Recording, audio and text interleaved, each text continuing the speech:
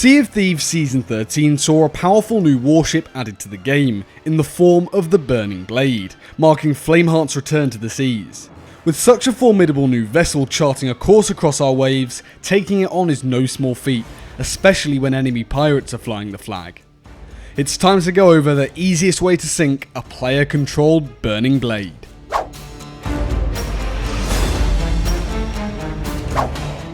Now, I consider myself to be competent at PvP, but to take on this warship we're going to need an expert in player combat. So I've teamed up with Sea of Thieves streamer Nessie Does to devise the best strategy to sink the Burning Blade. Nessie is a huge Hourglass player, an all-round amazing PvPer, so massive thank you to him for the help. His links will be down below, please go drop him a follow. The Burning Blade is a powerful vessel, but whilst it looks like it was designed for PvP, it was really designed for running. The masts take a chain and a cannon like a sloop mast to fall, the anchor is the same as the sloops, and before you can even begin worrying about getting the anchor down or mast chopped, you face skellies that feel like they have cannon aimbot. I'll preface this by saying this method is going to work best if you're not a solo slooper. Unless you somehow know that the person on the Burning Blade is also a solo, you're more than likely going to struggle. You really need 2 or more people for tackling the Burning Blade. Unfortunately, it is just that powerful. The first stage involves sending someone over. If you're on a galleon, you can probably send 2 people over here. The Burning Blade has 2 ladders on each side. 99% of the time, it's guaranteed you will get on because of this. They will not be able to guard both ladders and here 4 places. When you get on, if you can hit an anchor, great, but prioritise running below deck to kill the skeletons that repair holes. Run all the way down. In this stage, you're probably going to die to a player while chopping up the skeletons, but that doesn't matter. Board again, finish off the bottom deck skellies, and then start working your way up, eventually getting to the top deck skeletons. Now, one of the players is going to have to repair holes, and the cannon aimbot skeletons are going to be few in numbers. A top tip whenever you board is if you can fire off the Ashen Roar, do. Make sure your ship's obviously not in the distance of it, but if you can waste it, it's got a roughly 2-minute cooldown, so it probably isn't going to be ready again in the time that they're going to need it. Now the skeletons are dead, we move on to phase 2. Send your boarders, be it 1 on a sloop or brig or 2 on a galleon, with whatever weapon they prefer to kill players. Their job now is to run around like a crazy man on the boat, drop the anchor, get a kill here and there, and overall cause chaos. At this point, the rest of your crew is going to engage and try and shoot as many lower deck holes as possible. Genuinely, there is no point going for holes when the skeletons aren't dead.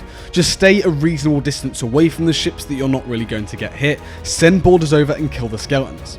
Anyway, a lot of players struggle with managing reps and buckets as they're used to relying on the skeletons, so once you do start to get those holes, it should go down relatively quickly. This is because the crew is now spread thin, keeping the boat afloat, trying to raise anchor, and chasing you around. At this point, if it's only a solo or duo crewing the Burning Blade, they're really going to struggle. Imagine a solo or duo trying to crew a galleon, it's exactly the same. Now we move on to phase 3. At this point your teammates will have the masts down, so even if the anchor raise happens, it won't matter. The priority now is to focus on kills, lower holes, and keeping the Burning Blade in that position until you get the win.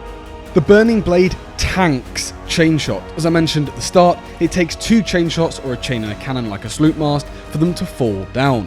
So you're going to burn through them if you're opening the fight with them. Only once you've got players on board, killing the skeletons, killing the players, anchoring them, should you go for chains. A bonus tip is try deck shots. It's the easiest boat to land on due to its large surface area, but don't aim on the back balcony as it has these weird, annoying invisible walls. The boat is obviously very large, in fact so big that you can get away with tucking mid-combat. It's really fun running behind the map table at the top of the boat near the helm when you've lost the crew below deck, hiding behind it, and then you get a free kill while someone's steering later. This whole strategy focuses on the ethos of killing the skeletons first. You have to get them gone.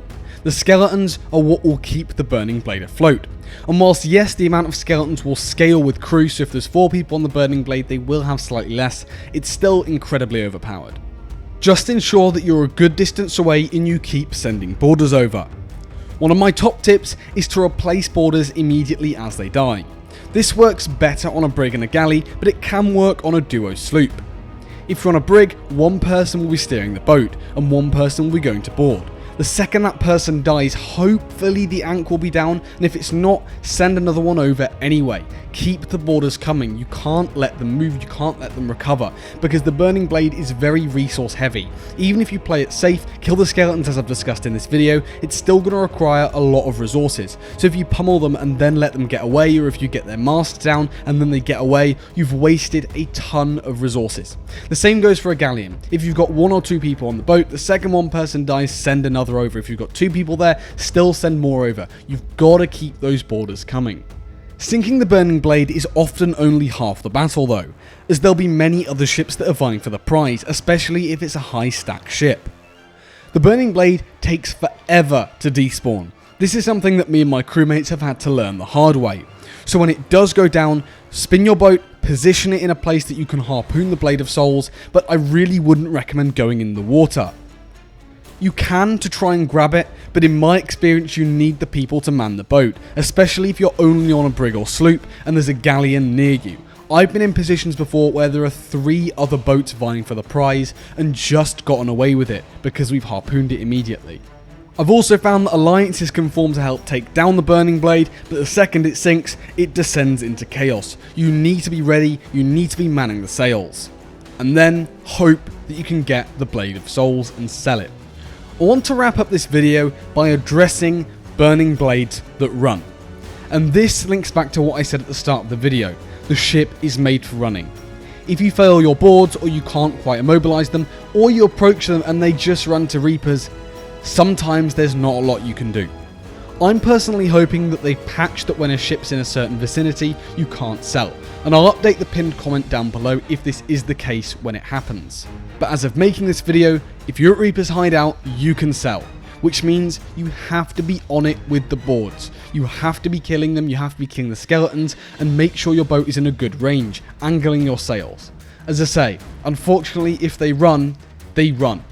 But that's why you need to min-max this strat. You need to be on point with the boards, the cannon shots being there. With that, that does just about wrap things up. If you have any advice of your own, please do comment it down below, it's bound to help someone out. Massive thank you to Nessie again, please go check him out, follow his links, all that good stuff. And I want to thank you so much for watching. If you did enjoy or this helped you out, please do consider leaving a like. It really does help out the channel an absolute ton. And subscribe to stay up to date with all the latest Sea of Thieves news as and when it comes out. And while you're at it, why not hit the bell as well so you never miss a single upload. But anyways, apart from all that, thanks for watching and I'll see you later.